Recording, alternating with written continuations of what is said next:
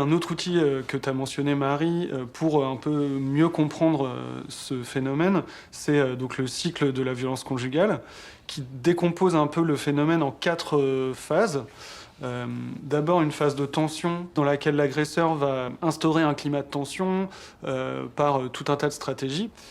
Ensuite vient la phase d'agression, qui est la phase de concrétisation des violences, qui ne sont pas forcément des violences physiques. Puis une phase de justification, dans laquelle l'agresseur va essayer de justifier le passage à l'acte, souvent en retournant la responsabilité et la culpabilité sur la victime, en disant « c'est de ta faute, c'est toi qui m'as poussé à en arriver là, etc. C'est toi qui en portes la responsabilité ».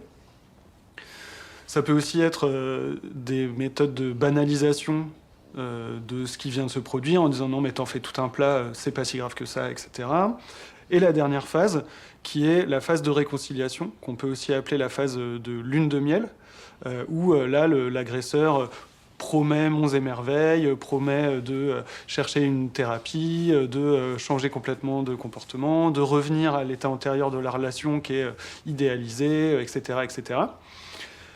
Et qui peut redonner espoir à la victime en se disant « ah bah voilà, il a compris, il va pas recommencer, on peut reprendre la relation, je vais refaire des efforts et ça va bien se passer ». Et donc l'idée de ce cycle, c'est que ces phases-là s'enchaînent et que, au fur et à mesure de la relation, les phases s'enchaînent de plus en plus rapidement.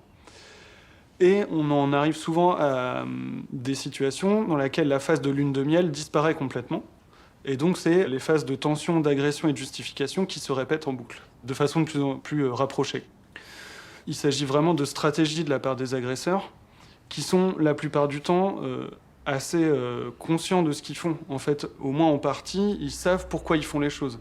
Et ils en tirent des choses qui sont très concrètes.